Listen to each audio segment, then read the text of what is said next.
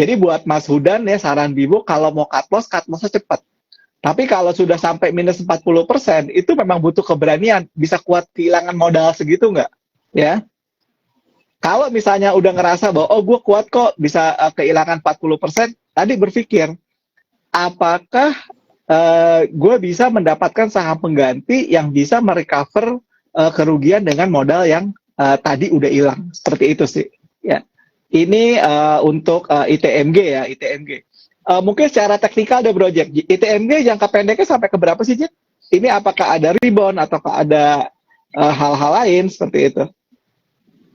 Oke, kalau dari sisi teknikal sih memang untuk hari ini agak sedikit jelek ya, walaupun memang koreksi yang terjadi ini fungsinya untuk nutup gap, cuman memang di atas masih banyak hutang-hutang gap kecil yang harusnya sih perlu ditutup terlebih dahulu ya, karena memang kondisi trennya kondisi psikologis dari saham ini juga emang lagi jelek banget. Jadi paling enggak sih kalau misalkan besok rebound, ini kunciannya besok ya, karena memang kondisi kemarin ada early trend dan harinya ada koreksi untuk nutup gap. Jadi kunciannya besok, kalau besok bertahan di atas 23.000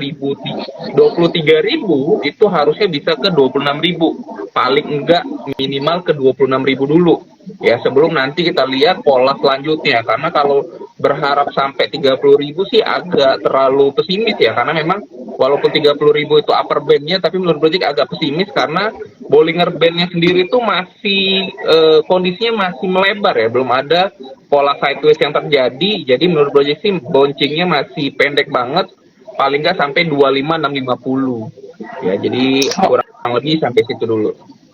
Oke, thank you Project. Nah, ini tadi ada pertanyaan support Adaro berapa, Bib? 2010 ya, kalau misalkan di level harga sekarang. Nah, ini mungkin untuk Mas Krisna nih. Halo, saya Rohmat. Selamat malam Pak. Saran untuk saya pemula, mau rutin nabung saham untuk masa depan sekolah anak. Anaknya masih umur 3 tahun ya. Kira-kira saham apa Mas Krisna yang cocok untuk pemula yang ingin nabung secara konsisten untuk anaknya? Buat biaya sekolahnya di masa depan. Ya, yang pasti jangan saham siklikal. Saham-saham yang bisa ditabung untuk jangka panjang sekali itu nggak banyak ya. Paling bisa dihitung jari, dan itu hanya ada di 2 sektor, sektor perbankan atau sektor konsumer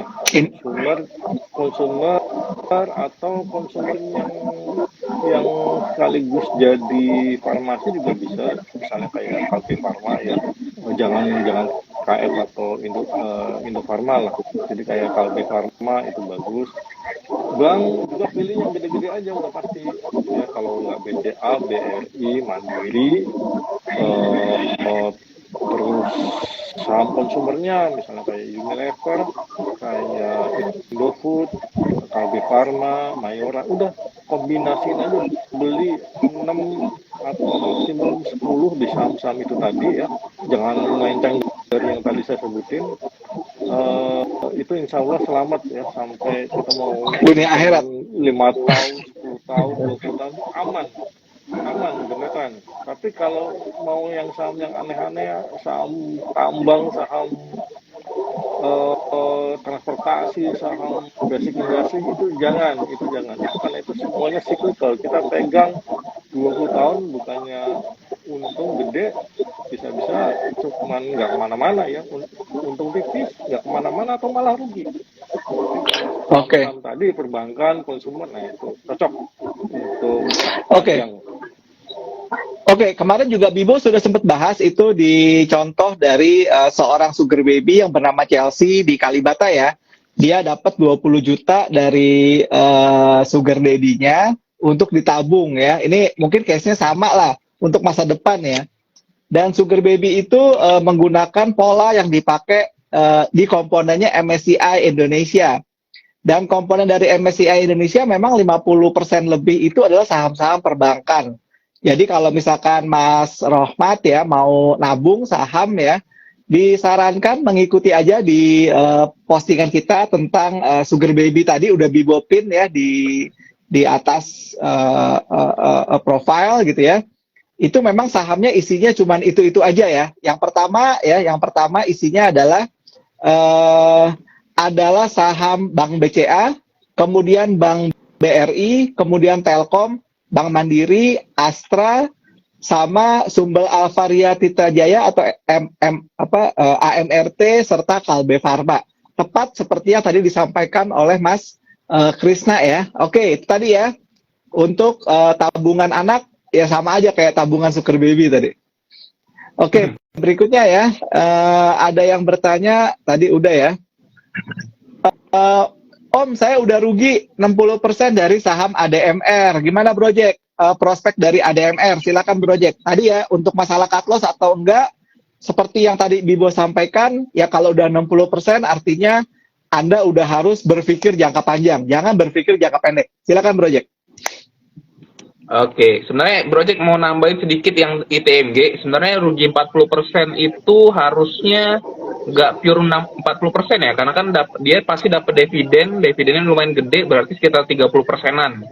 30%-an kalau misalkan tahan, sebenarnya ITMG agak sering bagi dividen ya. Tahan aja sampai dividennya mungkin agak nutup, atau ya mungkin nanti ada fresh juga ya, kalau misalkan kuat sih ditahan-tahan aja. Cuman balik lagi ya, untuk ADMR. Nah, untuk ADMR ini koreksinya harusnya masih bakal berlanjut ya, walaupun memang pekan ini dia bermain di atas early trendnya, tapi masih lemah banget, bermain di bawah MA20. Sebenarnya untuk kasus-kasus saham downtrend parah seperti ini ya, kunciannya untuk dia bisa dikatakan reversal, biasanya ada satu candle yang cukup kuat dan ada volume besar, atau bisa dibilang satu candle arah ya. Jadi selama saham-saham seperti ini belum ada candle arah atau candle yang benar-benar memiliki arti ya, dalam artinya ada sentimen atau apa dan segala macam, harusnya sih koreksi reboundnya rebound pendek aja ya. Untuk saat ini sih reboundnya paling jauh sampai 900 sampai 970, cuman menurut Project sih karena sideways-nya juga belum kelihatan, untuk saham ADMR ini ya masih belum ada harapan sih menurut Project ya. Paling jauh sampai 900 970 itu pun udah empot-empotan kayaknya. Oke, Jadi ya, banyak doa aja. Terakhir untuk nah ini ada pertanyaan terakhir nih ya. Kalau invest di saham batu bara berharap dapat dividen, apakah masih worth it? Nah, tadi kan dikaitkan juga dengan prospek labanya ya. Prospek labanya mungkin nggak seperti pada saat dia ngebuk revenue di harga $400 per metric ton atau $300 per metric ton. Jadi kemungkinan dengan turunnya harga batu bara, underlying harga coal-nya sendiri, ada kemungkinan juga labanya nggak akan semoncer tahun-tahun sebelumnya, benar nggak Mas Krisna, asumsi seperti itu? Ya pasti. Jadi kalau harga batu bara turun kan ekspektasi profitnya juga kan pasti akan turun. Jadi jangan bayangin batu bara tuh bakal bagi dividennya indah seperti 2 tahun terakhir ini ya. Jadi ketika nanti harga batu bara udah balik lagi di bawah 100 misalnya, ya sudah, nanti balik lagi, kita lihat lagi dividen saham batu bara seperti tahun-tahun 2019, 2018, 2017 dan sebelumnya itu seperti apa, ya akan ke situ lagi nanti. Jadi kalau dibilang invest, ya sebetulnya nggak pernah ada kata invest di saham-saham cyclical ya. Saham-saham cyclical kan siklus hidupnya tadi saya bilang maksimal 2 tahun. Jadi kalau mau invest ya tadi saham-saham yang tadi Om Luko bilang, saham-saham MSCI aja, tapi dibuang itu saham-saham yang cyclicalnya, kayak kan di MSCI kan ada Antam, ada Info, ada ini, ada Info, Antam. Jangan lupa ada Goto yang baru. Ada Argo, itu yang nggak usah dibeli gitu. Beli aja yang bagus-bagusnya, yang perbankannya, yang konsumennya itu beli, ya jangan dibeli semua gitu. Oke, thank you. Nah, ini pertanyaan dari aku terakhir nih, Mas. Ini kan dikaitkan dengan tadi ya, ada orang yang membeli saham ADMR. Bila ada dua perusahaan yang yang IPO atau listing, di mana satu perusahaan adalah perusahaan induk kayak Adaro, satu perusahaan adalah perusahaan anak kayak ADMR, atau misalnya kayak kita ada MDKA, ada MDMA. apakah kita harus memilih ke perusahaan induk atau perusahaan anak sih, Mas? Ini semua Anak. kategorinya lagi sama-sama jeblok nih ya. Ada RO-nya jeblok, ada MRD jeblok, MBMA-nya jeblok, MDKI juga jeblok gitu lah. Di Eh, secara textbook kita selalu diarahkan untuk beli anaknya. Kenapa? Anak itu dia benar-benar megang bisnis, core bisnis yang ya core bisnisnya. Jadi misalnya kalau induk kan dia kadang bisa punya macam-macam ya. Kalau konsolidasi ya. kebetulan dia ya cuma punya anaknya satu-satunya aja, ya dia biasanya profitnya mirroring doang gitu kan. Tapi kalau dia punya macam-macam gitu, ya misalnya kayak Astra. Astra ya kan, dia ada perkebunan, dia ada otomotif, ada batu bara, ada alat berat. Nah, ketika lagi jaya-jayanya batu bara, yang paling moncornya United Tractor, Astra itu juga kata profitnya kemakan lossnya yang di mana, yang di Ali misalnya. perkebunan atau di lain-lainnya gitu kan. Tapi kalau di United Tractor-nya kan dia utuh ya, dan kontributor terbesar profitnya Astra di 2 tahun terakhir itu United Tractor. Jadi kalau suruh pilih beli mana, beli anaknya, tapi pas lagi di posisi yang pas ya, anaknya di bidang apa dulu gitu. Kalau memang itu memang lagi manggung, ya udah beli anaknya, jangan pernah beli induknya ya. Seperti kayak Saratoga tuh nggak pernah kemana-mana gitu. Dia misalnya begitu-begitu aja gitu, selalu orang cari anaknya, apapun itu. Grup-grup yang lain juga sama.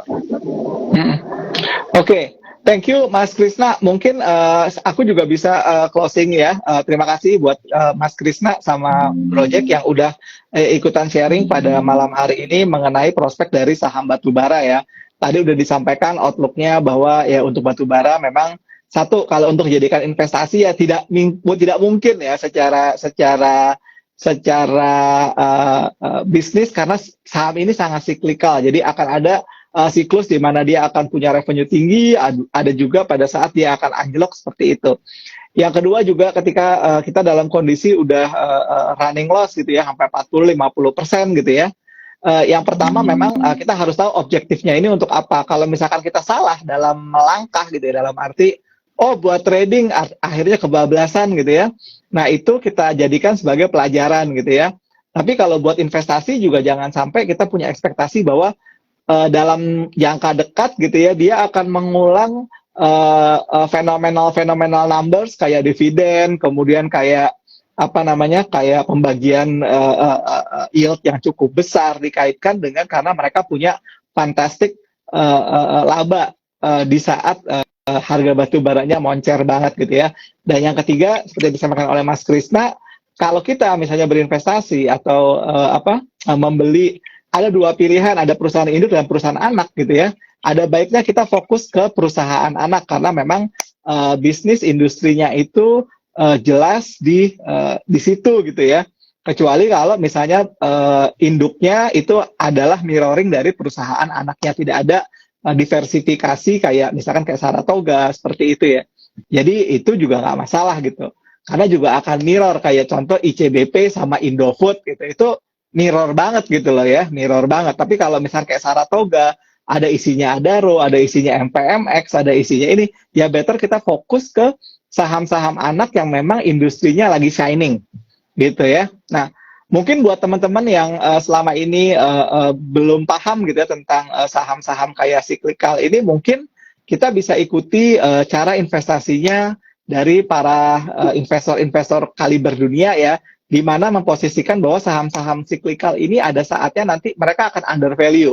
Ya, akan under value. Pada saat saham ini sudah under value, mungkin itu dapat dijadikan momentum untuk memasuk kembali. Ya, kalau sahamnya misalnya let's say value-nya di mana value perusahaan ini sudah di bawah dari di bawah dari harganya gitu ya, atau under value di bawah dari value-nya, harganya di bawah dari value-nya. Nah, itu baru boleh masuk lagi untuk cicil pelan-pelan. Tapi selama misalnya let's say harganya masih di atas value-nya gitu ya, mungkin jangan masuk dulu ya, mungkin jangan masuk dulu. Itu aja closing dari Bibo untuk malam hari ini. Thank you Mas Krisna, thank you untuk Project.